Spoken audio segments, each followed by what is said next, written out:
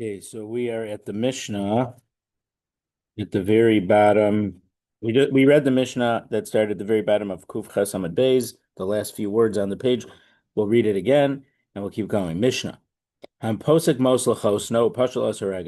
So if someone promised to give a certain amount of money, a dowry to his son-in-law, and then pashal asar.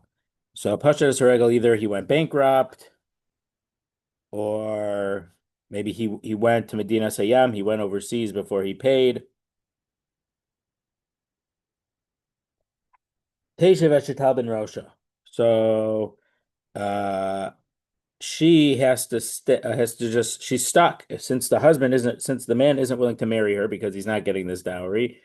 So she has to just wait until she gets old. There's nothing she can do about it. Admon Omer Yechol Shetomar Ili Ani Pasakti La'atzmi Eshev Veshetal ben Roshi. Admon says she could say the following. If I would have said that I was promising you the money and then I didn't go through with it, then I could understand that I'd be punished as an aguna. It doesn't use that word, but chained, not being able to get married to someone else because you're not getting married to me. Then I understand why I would get punished and be stuck. But now that my father was the one who agreed to give a certain amount of money, why should I be stuck? Either marry me or divorce me. And Rabbi Gamliel Ra'ani as Divrei Admon. Rabbi Gamliel says the word.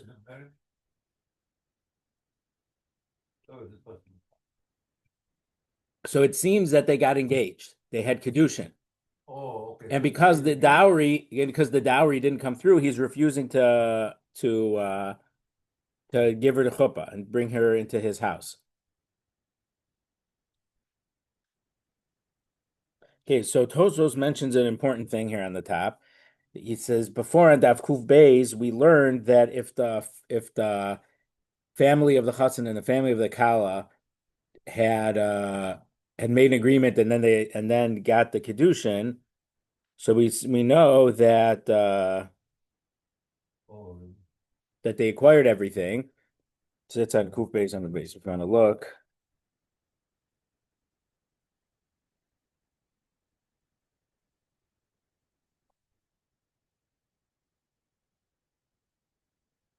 So we just read through the Mishnah. We're at the top of 109A1. We're just looking up a point. Um,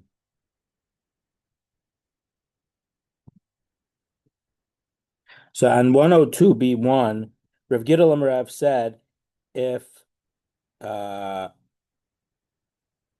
the father of the Kala said, "How much are you giving for your son?" He said, "Such and such." And then the father of the chassan said to the father of the Kala, "Come out to Nosan Levit, how much are you giving to the daughter? Kach v'kach, such and such." Under Vikicho Kanu. If they went and had Kedushin right away, it's acquired. Hein hein dvar meniknim b'amira. These are things that the kinyan takes place just by speaking. They don't need to make a handshake. They don't need to make a kinyan sutter. The fact that they said, and then the man gave Kedushin to the woman right away, they're legally obligated. So the Rashbam is saying, because we know that, the father is legally obligated. So whether he's still in town and is refusing to pay, they could go to Beis Din and Beis Din would have to enforce it. That was the agreement they make. Or if he went out of overseas, the way the Rambam says in Pirush Mishnah, the Beis Din would have to sell part of his assets because of this obligation.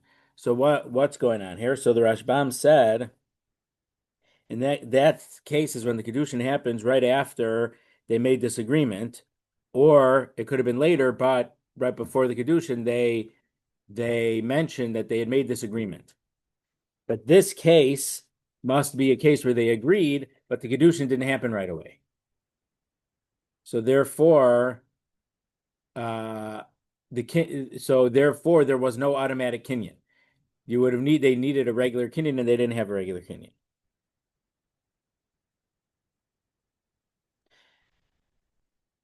And this case must be a case where he did give her Kedushin.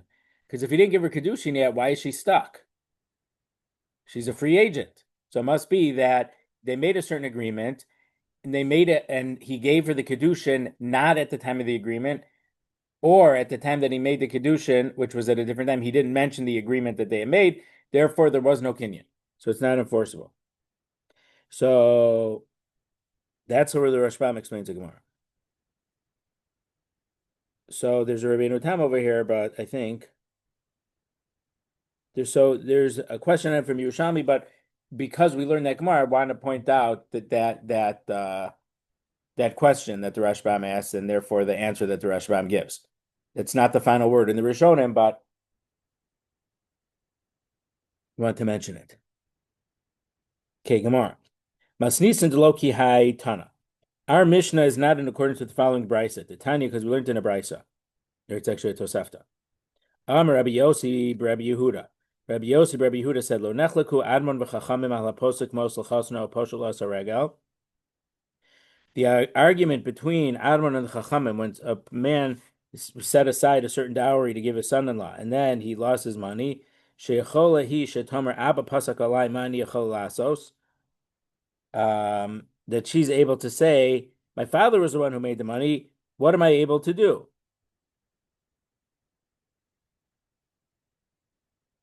So in that case, even the Chachamim agree that according to this Tosafta, the Chachamim agree with the logic of Admon.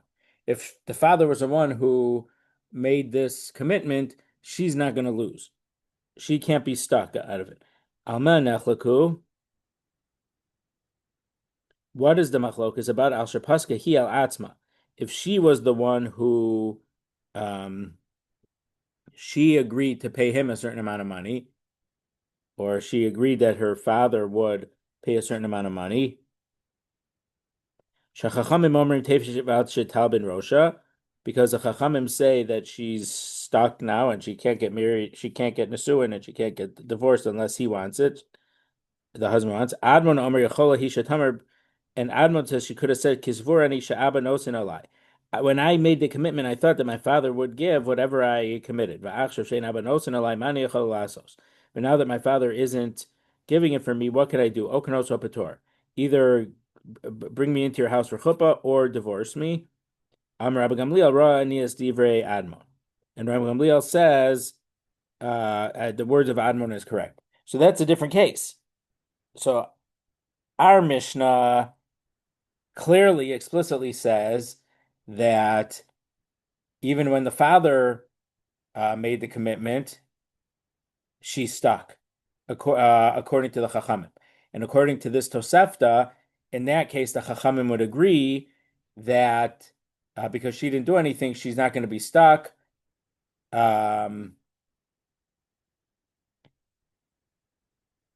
So basically, there's two different versions.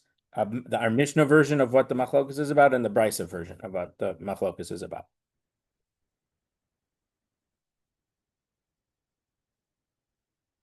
Okay, Tana. We learned in a Brisa. B'med dvar mamurim bigdola. When is this true, that what we just said in the Brisa, that when she had committed to herself, and the Chachamim say, well, in this case, because she committed, if she can't come through, she would be in the state of limbo, according to the Chachamim. That's if she was a Gedola, V'Baktana Kofin. But if she was a Ketana who made this, then Kofin we force. So, well, who do we force? So that's what the Gemara asks. Kofin Laman, who do we force? If we force the father to pay what his minor daughter had committed, it should be the opposite. She's a Ketana, she's not able to make a business transaction because she's a legal minor.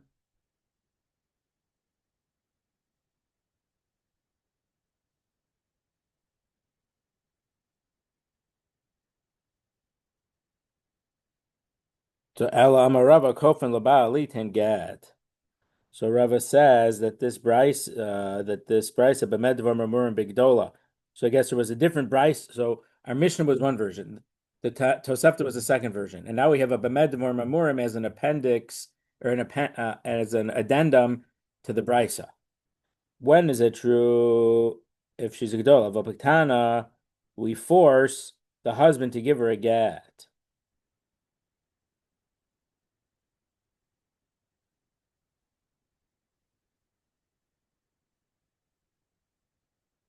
So when she's a katana, which makes sense. If she's a katana, her what?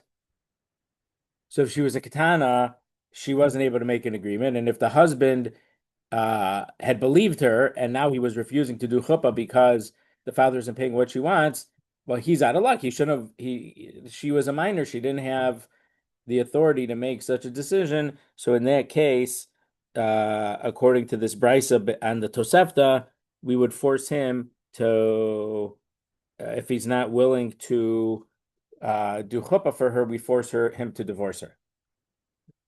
They're not married. Again, there was a kedushin. He gave her the ring. Still, they're not married.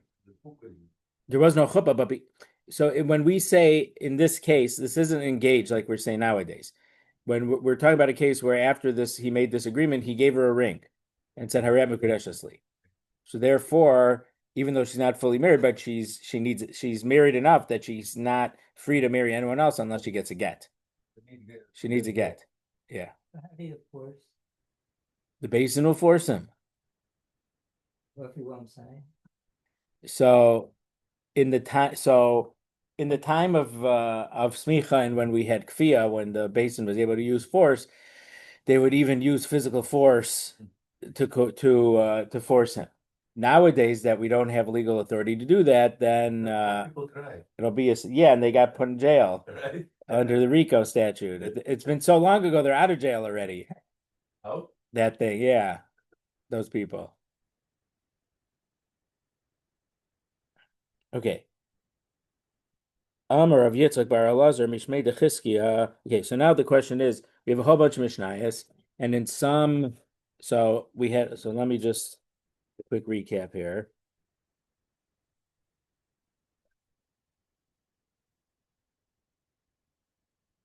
Okay, so the first Mishnah we had Admon and Chanan. Chanan said two things. Admon psakim that are recorded in these Mishnayos. Admon had seven. So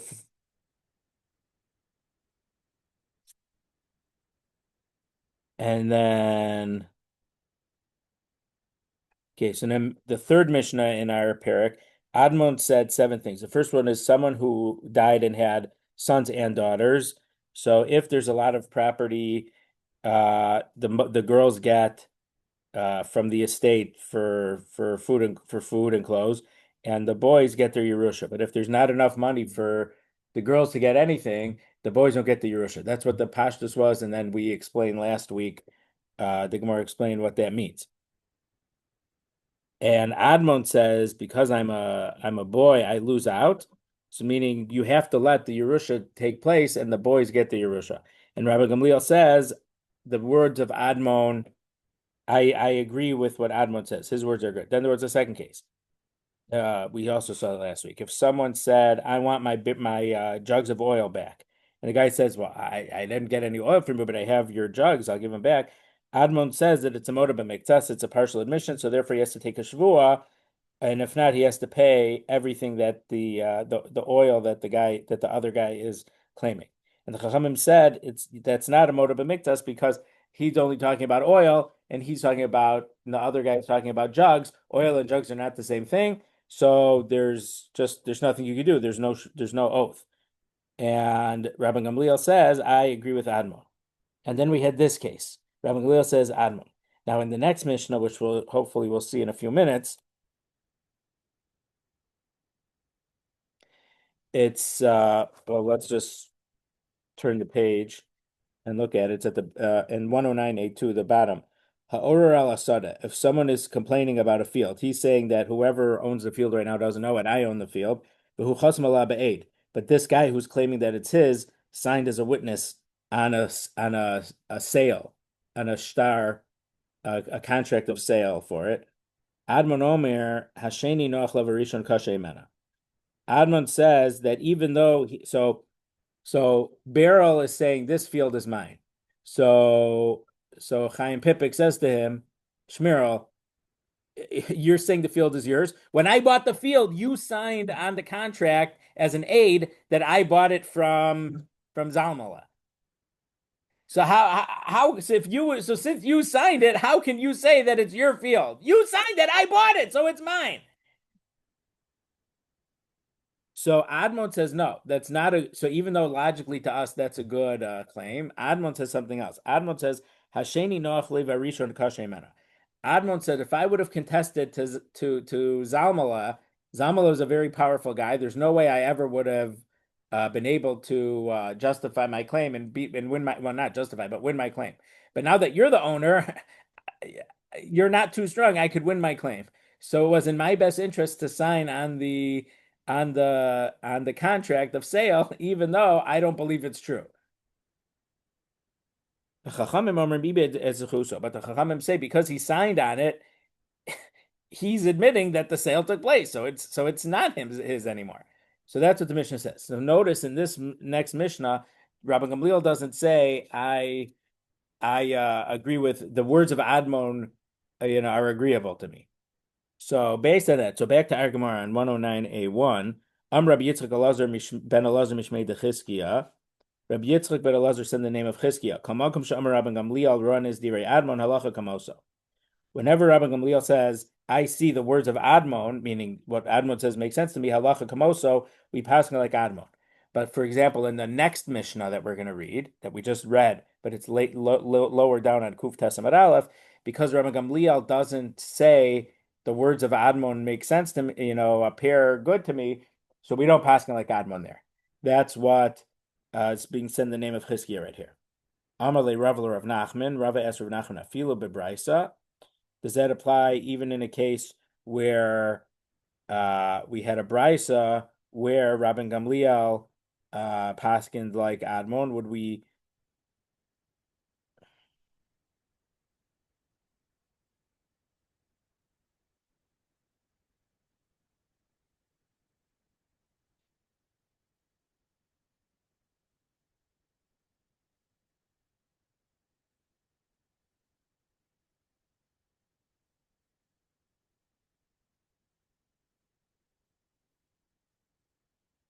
So the problem is that in the Tosefta that we quoted, it also says that Rabbi Gamliel says that that the words of Admon appear correct to me. So do we follow that? Do we pasken like Admon in that brisa also for that case? So Amarle, so Rav Nachman answered back, Mi Kamrina b'Mishnah. Did we say whenever any Mishnah that said Rabbi Gamliel paskins like Admon, we paskin like him, or it says any place? I said any place. Doesn't matter if it's a brisa or a Mishnah or a brisa. I said it whenever Rabbi Gamliel made the statement, we paskin like Rabbi Gamliel and Admon, including the brisa. Amar Rab Zera, Amar Rabbi Bar Yirmiyah. Rab Zera said the name of Rabbi Bar Yirmiyah. Shnei Dvarim Shamar Chanan Halacha Kiyotziba. The two halachos that Chanan said, those were the first two Mishnahs in the parak here. That was Chanan. That was a different posuk. So Chanan had two psakim and Admon had seven. So regarding the two psakim of Chanan, halacha keyotzebo. The halacha is like the one who agreed with him. So Rabbi Yochanan ben Zakkai had agreed with him. Shiva Dvarim Shamar Admon ein halacha keyotzebo. The seven things that Admon says, the halacha is not like the one who agreed with him, meaning Rabbi and Gamliel. So the Gemara is going to explain exactly what that means. But this statement is seeming to say that because Rabbi Yochanan ben Zakkai agreed with Chanan and those psakim be passing like that, but the seven things that Admon said, the halacha is not like Rabbi Gamliel. So some of the ones Rabbi Gamliel agreed with him, and some of them he didn't. So what's going on? My Ka'amar. What does this mean? Ile mahachi Ka'amar. If he's saying the following, Shnei Dvarim Shamar Chanan halacha kamoso v'chayotzebo. The two opinions of Chanan, the halacha is like Chanan, and like the one who agreed with him, meaning Rabbi Yochanan ben Zakkai. V'shiva Dvarim Shamar Admon ein halacha kamoso v'lo kayotzebo. And the seven statements of Amnon, the halacha is not like Admon, and it's not like the halacha of Rabbi Gamliel who agreed with him. Is that what he means? The Amar Rabbi Yitzchak bar Elazar Mishmei de Chizkiya, but Rabbi Yitzchak ben Elazar said the name of Chizkiya, which is the same person who. Oh no, that was Reb Zera Amar Rabbi bar Yirmiyah. Oh, so then he's asking from the first brayta that we just saw that Rabbi Yitzchak ben Elazar Mishmei de Chizkiya says that when Rabbi Gamliel agreed with Admon, we paskin like that. So it doesn't make sense that that Reb Zera Amar Rabba Bar Yirmiyah would say we never passing like Admon, because we have Chizkiah saying that we passing like Admon in the cases where Rabbi Gamliel agreed with him. V'amar Rabbi Yitzchak v'Elazar mishmei de Chizkiah makam makam shemar divrei Rabbi Gamliel rosa nidvrei Admon halacha kamoso. Rabbi Yitzchak ben Elazar said the name of Chizkiah whenever Rabbi Gamliel said that I see the words of divrei Admon, the words of Admon, we paskin like Admon. So we don't never paskin like Admon. We paskin like Admon in the cases where Rabbi Gamliel agreed with him.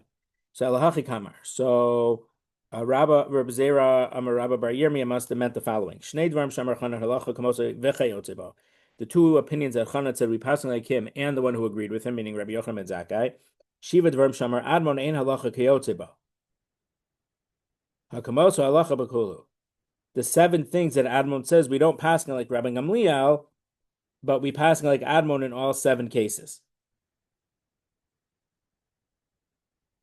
So meaning we passing like Admon. So meaning when Rabbi Gamliel didn't say Rohan is Devi Admon, that makes it sound like Rabbi Gamliel didn't agree with Admon. He agreed with the Chachamim. So when that happened, now the Gemara is trying to say, well, we passing like Admon. But then the Gemara says, "V'amar Rabbi Yitzchak bar Elazar mishmei de Chizkiah, kamakom shamar Rabbi Gamliel rozni Devi Admon halacha kamoso." Whenever Rava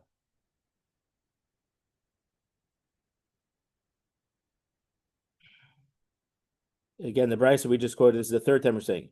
Whenever Rabbi Gamliel says, I see the words of Admon, halacha kamosa, the halacha paskins, Amar in, if Rabbi Gamliel said, I see the words of Admon, then we paskin like Admon, la, Amar la, but if Rabbi Gamliel didn't say it, we don't paskin like him.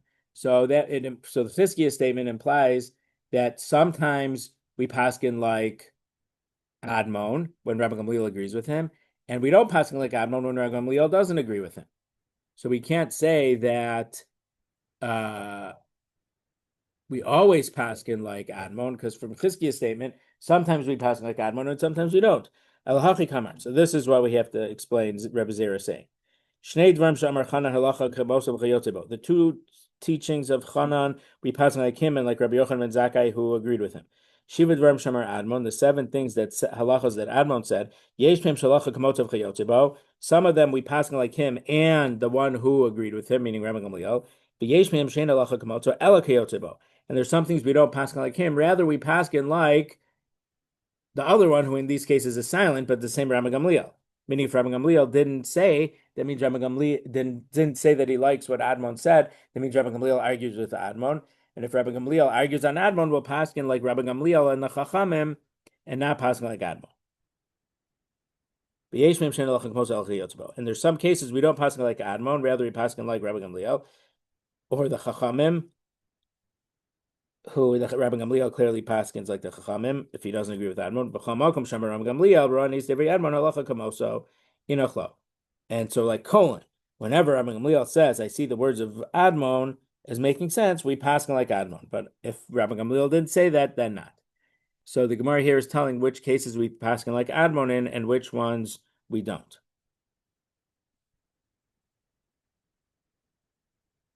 But then I just thought of this. So, but then there's a little bit of a question, because according to what Chizkiah says, so sometimes we have a Gemara that says different Amoraim paskin different ways in the Mishnah. That happens sometimes. I think there's a Gemara on the very last line, I think, of Vav Amud Beis in Makos. There's machlokas between different Amoraim how we paskin. Or we saw cases earlier, maybe 10 or 15 blot ago, where this one said this and this one said that, so then the Gemara says, has v'hilchos this. The Gemara Makos, it doesn't say it like that. So, according to the original saying of Chizkiah, Kol Makom Sham Rabbi Gamliel. Whenever we had Rabbi Gamliel agreeing with Admon, we paskin like it. And Rava asked Rav Nachman, does that include the Brisa? And he said, yes. I didn't say the Mishnayos. I said whenever. But this Rabbi Zera Amar Rabbi Yirmiyah is saying something different, because he listed the 7 things. The 7 things would only be in 7 Mishnayos. It would not include the Brisa. So I think that according to the Maskana here, there's a machlokus between Chizkiah and Rabbi Zera Amar Rabbi Bar Yirmiyah. If the Brisa that we had here about with the daughter saying that if the father was the one who agreed to who proposed the dow or agreed to the dowry, then she's never going to be stuck. The Chachamim agree that she can't be stuck, and they're only arguing if the daughter herself was the one who told her future husband, her future almost husband, about the dowry. So then that's only a brisa, so that wouldn't be included in the seven, the list of seven. And it seems that Rabbi Zera, Rabbi Yirmiyah is only talking about those seven things. So there would be an argument about how we'd pasken in that brisa. Okay. Okay, so now in that Mishnah, we already read it. We'll read it again. Ha'ora, so if someone's complaining about a field, meaning he's complaining about the ownership. He's saying, no, Chaim Pipik doesn't own it, I own it. But the guy who's saying it's mine was signed on the star that Zalmala sold the field to Chaim Pipik. Signed two witnesses, and one of them was Shmuel. So if Shmuel signed the document, how could he then claim, oh, it's mine, if he signed a document that's saying it's not his? So Admon says no, even though that logically that makes a lot of sense, but there's a reason why he would have signed it when he didn't mean it, because Hasheni Noach Livarishon Kashemena. The second guy who owns it now, the one who he signed on the contract, he's an easier guy that he thinks he'll be able to win his case and show that the field is really his. But the first guy, Zamala, who had previously owned it, he was too powerful, whatever, that the Shmuel never didn't think that his claim was ever going to win. So that's why he was happy to sign on the contract, even though he didn't believe in what the contract was saying, because it was going to be easier for him to make this claim that the field is really his. But the Chachamim say once he signed on the star, he's on record, public record, saying that the field is now owned by the new owner. So he then can't say, "Oh, it's really belongs to me." No, you signed on it, so you relinquished all possible claim to the field by signing on the field. If someone else would have signed it, you could have made your claim. Maybe you would have won, maybe you wouldn't. But the fact that you signed on it, that it's now owned by Chaim Pipik, so now it can't be owned by you. Maybe it's not owned by Chaim Pipik, but you have no you're not able to claim that anymore because you are the one who signed on it that it's owned by Chaim Pipik. What if? So nowadays, they make a survey, so you know exactly what plot of land you're buying or selling, right? So in this contract of if in a certain shtar mechira, say they made this field, they said Zamala's field, your field, this field goes until Zamala's field. So they're using a certain field as lahavdil in the old stories. They say you're in an old town. How do you get there? Oh, turn right at the gas station and left at the Smith house, and then go down to my. Well, who's the Smith house? Well, everyone in town knows who it is, so everyone knows what I mean. So if you use the same way that you say, the Smith house, turn left. So here you're using this field as a simon in a different shtar mechira, that this field extends to the field that's owned by Zalmala, and now you're signing on the document.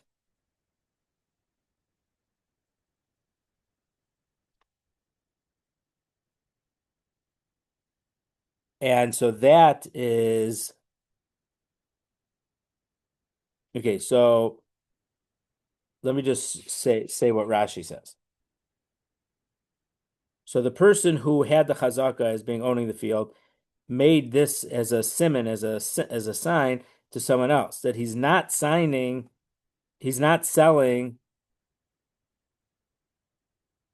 So he's not selling it to this guy who's now claiming ownership of it. He's selling it to someone else.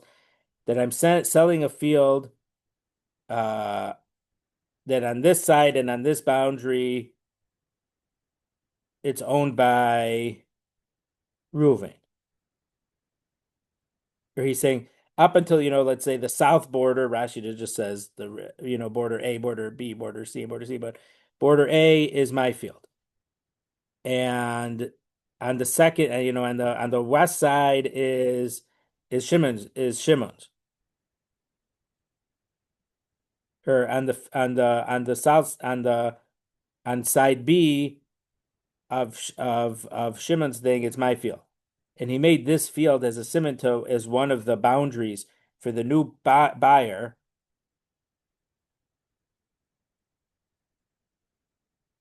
and uh, and again, the guy signed on the field, and now he's saying that one of those fields is his, but because it's already written in the star that it belongs to someone else, so in this case, he doesn't have any right to now claim it because he signed it. Now, in this, Admon doesn't argue. This halacha is unanimous. Okay, so two lines left on the bottom of Kuf Tesamid base here. Amar Abai lo shano ella aid. So this Mishnah is only true when he was a witness for the shtar mechira. Aval dayan lo ibid es chusa. But if he was the judge, he doesn't lose his right. So meaning the same case. Zalmala sold the field to Chaim Pipik, and Shmirel is one of the Eidim. So if Shmirel was the aid, he's no longer to claim, oh, it's my field. Now, let's say there was a judge in the case, and the judges did, as we learned way back in the second parak about Kiyum Shtaros, that you verify the signatures, and therefore we know that this is a true shtar. But what if the judge himself, after verifying this, that the signatures on the shtar were authentic, then the judge realized that he thinks that that's his own field. So the judge says, that's my field. But the judge had certified that this shtar was correct. So Abai says, no. The judge who certified it, he's able he's different than a witness. The witness, once he signed on it, he can't claim it's his. The judge, even though he certified that the signatures on this shtar were correct, the judge can still say, oh no, come a week later and come to the Beis Din and say, not as a judge, but as a litigant, and say, this field really belongs to me, and this is the reasons why it belongs to me.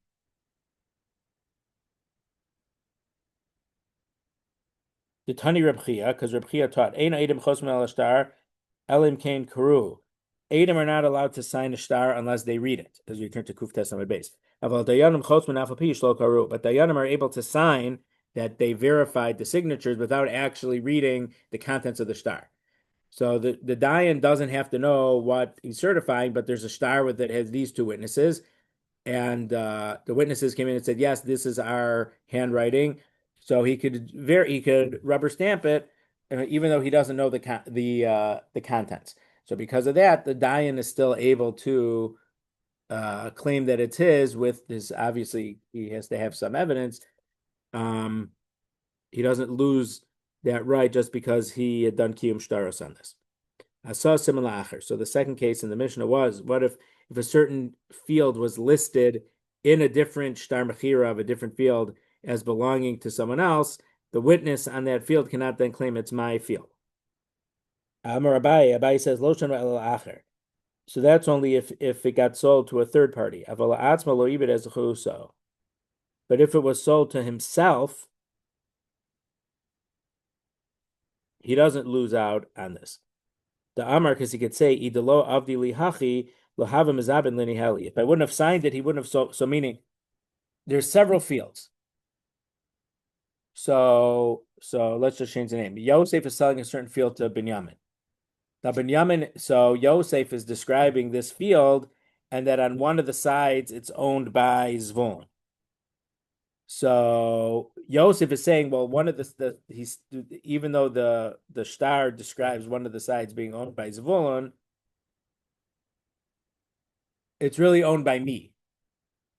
So why did I sign the shtar that he's selling it to me? That this other side is owned by Zvulun when it's really owned by me? Because if I wouldn't have signed it, I wouldn't have been able to buy the field at all. And it's better that I buy this field for sure than not be able to buy the field and still have to contest the other field. I'm in a better position now with this field to now claim that this other field that he wrote in the shtar that it's on this side it's Zvulun's field, but no, it's really my field also. If I wouldn't have signed on this, if I wouldn't have, well, he couldn't sign on a shtar to himself, but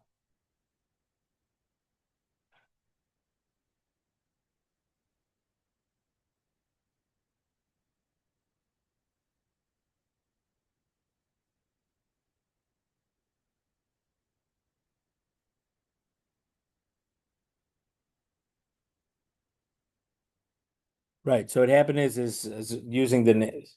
Yeah. So I'm using names Yosef and Binyamin, but Rashi uses names Reuben and Shimon. But Yosef sold the field to Binyamin, and he said a certain boundary, it's my own field.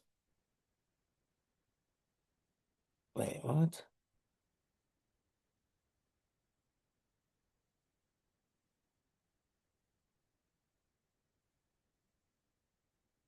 Oh, so the seller wrote that a certain side of it is owned by him.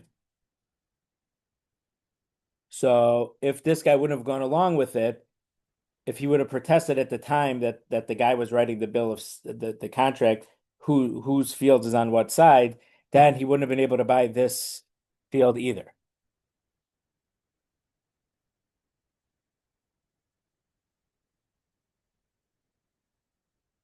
So the Amar Ilo Avdihat Lehach. If I wouldn't have done this and been quiet when he wrote it in the star, he wouldn't have sold the field to me. So what can you say about my claim? Would I have had to, I have to play poker. If I would have let him known that I was gonna uh, go to Basin and claim that this was mine, he wouldn't have sold it to me. So it was in my own best interests to not complain, even though it makes it look like I'm doing something that's not exactly true right now, that I allowed this star to happen, even though it has something that I don't believe to be true on it, because the owner of this field on a certain boundary, he wrote he owns, and I think I own. But if I would have complained about it when he wrote it in, he wouldn't have sold me this other field. If I would have told people my plan, even your friend has a friend, and he has a friend, your friend has a friend, and your friend's friend has a friend.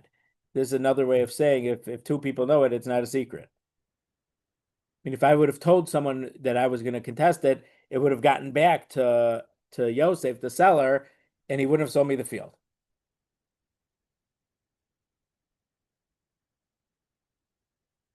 How does the certain person who did something like was the Mishnah, what our Mishnah is talking about. He used a certain field with a certain owner's name on it as a simon in a different star, and then he complained about the ownership of it and claiming that he owned it himself. So he claimed that it was his, but he died before the based in pasken. V'ukim apatrapa, but he had made an apotropos, a trustee to take care of his estate for his children. Us apotropos kamei dabai. The apotropos went in front of Abaye to say this is owned by these yisomim that I'm in charge of. Amarle Abaye said, "Asasim lacher even as chuso." If he made it as if he used this field with someone else's name as a simon to his own field, he has lost all. Uh, he's lost any opportunity to then claim it's his because he put this in a star already. So Amar, so the apotropos said, "He have avud." He asked me, "Kayam have a toin va Amar talam echad asisilach." If the father of these orphans would still be alive, he would say, "Tell him echad asisilach." I made one row in the field for you.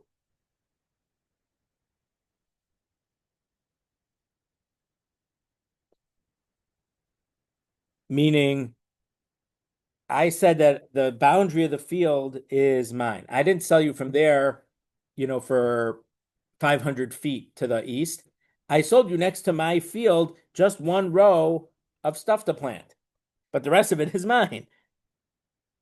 So yes, literally the border is owned not by me, but the rest of that field is owned by me. So Amarle, Abai said, Chaber Kamar. That's what you said is very good. Rabbi Yochanan says, Amar in the case of our Mishnah, when Sasim Acher, and he said the boundary of this field is next to my other field, is next to someone else's field, or next to my field.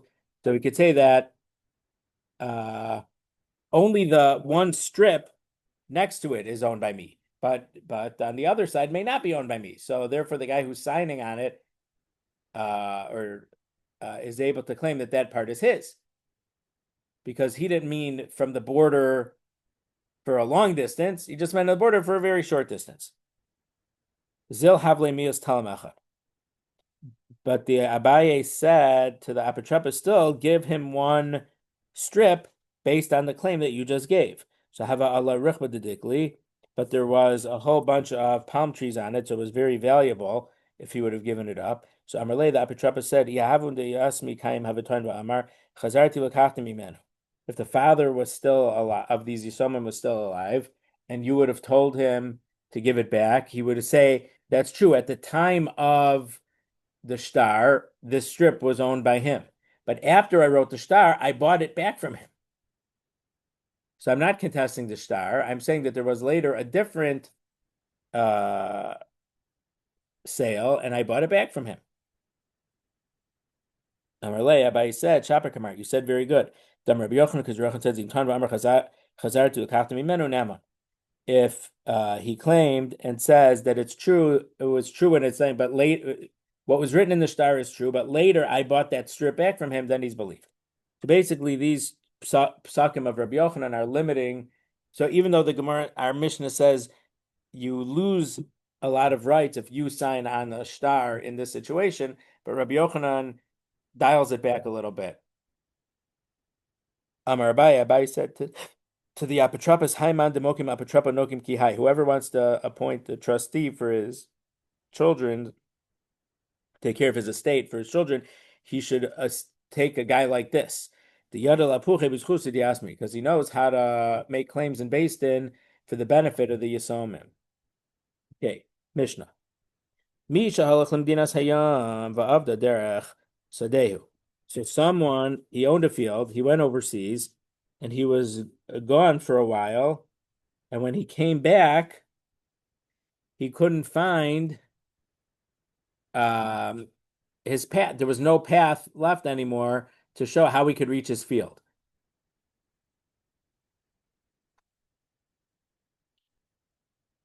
So what does he do in such a case? Admon Omer Yelech Lo Biktsar. Admon says he has to make the shortest possible path, because whichever direction he comes from, well, the Gemara is going to talk about this, he's going to be taking away a little bit of land from someone else to make his path. So Admon says, yeah, he needs a path. So we give him the shortest path that will inconvenience the other owner the least. Does that make sense? That's what Admon says. He has to pay whoever field he's going to go through to make this path for 100 mana. So it's a machlokes Rishonim. We'll see in the Gemara though. It's a machlokes Rishonim if this is considered for a lot of money or just for market value. Or he can fly. He doesn't need a road. Let him have a helicopter pad, and he doesn't need a path. So my time of the Rabbanon Shaper Kamer Admon. So even though Rabbi Gamliel doesn't say that Admon said well here, the Gemara says Admon makes a lot of sense. This guy definitely had a path, a path into his field. So we have to give him a path back. How come the Chachamim say that he's going to have to buy back a path? He clearly had a path. So the case is not so simple. The Gemara is going to tell us.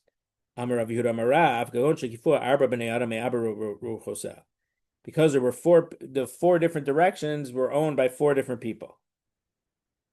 So if he takes from field number one, from the north field, the guy from the north says, how do you know that your path was here? Maybe it was on the east, west, or south.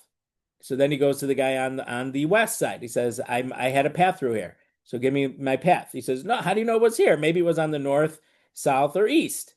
And so each person could claim that there was a path, but it must have been on a different side. So this guy has no right to make a path through his field. So the Gemara says, Yihachi my time at Admon. But that's a very compelling reason. So how come Admon says he's able to take the shortest path? If that's true, each of them have a claim. So it's owned by four different people. Each person, there's no evidence that person has something that's not theirs with this alleged path that used to exist. So how could even Admon wouldn't claim that the guy has a right to take it in that case? So Rava says, "Ba'arba da asu mikoach arba, ba'arba da asu mikoach chad, kol yama lo pligi de matzi matchile." If four people had bought it from four different people, or four people bought it from one person, meaning all the sides of on all sides it was owned by one guy, and then he split it into four different fields and sold it to a bunch of people. So in those cases, no one argues the matzi matchile. Yeah, we're davening in the big shul. What? We're davening in the big shul. Okay, David, turn on the lights for him. The lights on.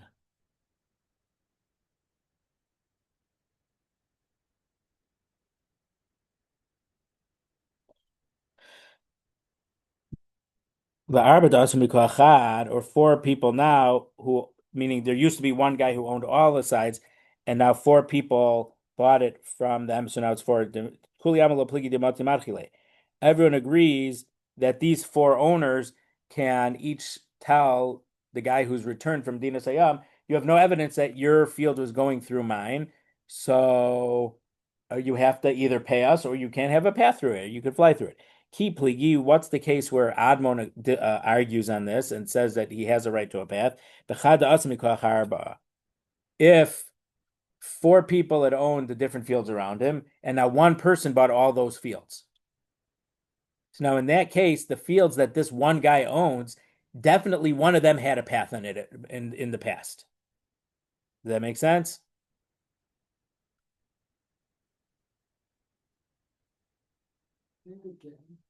So the field was originally, so someone has a field in the middle. There's fields owned by other people all around him. So this guy must have originally had a path to get to his own field. But he was gone for a few years, and now he doesn't remember where it was, he doesn't know where it was. So how could Admon say that he has a right to a path the shortest distance?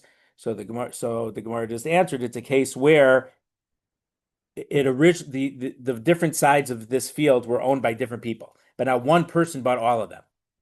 So now definitely through one of those fields that he owned, there used to be a path to this field in the middle.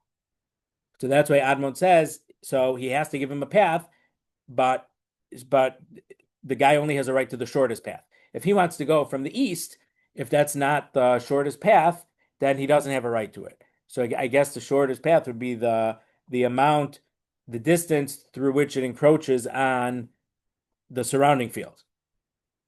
Meaning if there's an equal distance from all sides, so then it doesn't matter. But we're talking about a case where it's not equal distance from all sides. So the halacha is, or the Admon is saying that the one there goes through the surrounding guy's field for the shortest distance, that's where he gets to, that's where he'll get the shortest path. Admon holds, I don't know exactly where it was, but from one of your four sides, I must have had a path, so you have to give me a path. Rabbanan Savri and the Rabbanan say, shasak to shasak. If you will be you'll be if you just not complain that I have that I stole your path somehow, I would have given you a good deal to have a path. And if not, I will give I will return the fields to their owners. And you'll have no claim.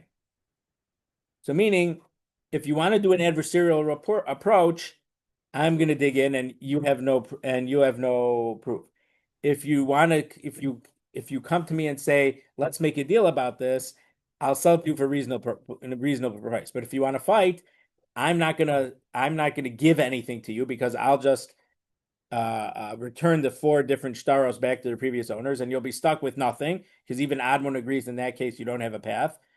So according to what it says here, when it says he sells it for 100 mana, makes it sound like 100 mana.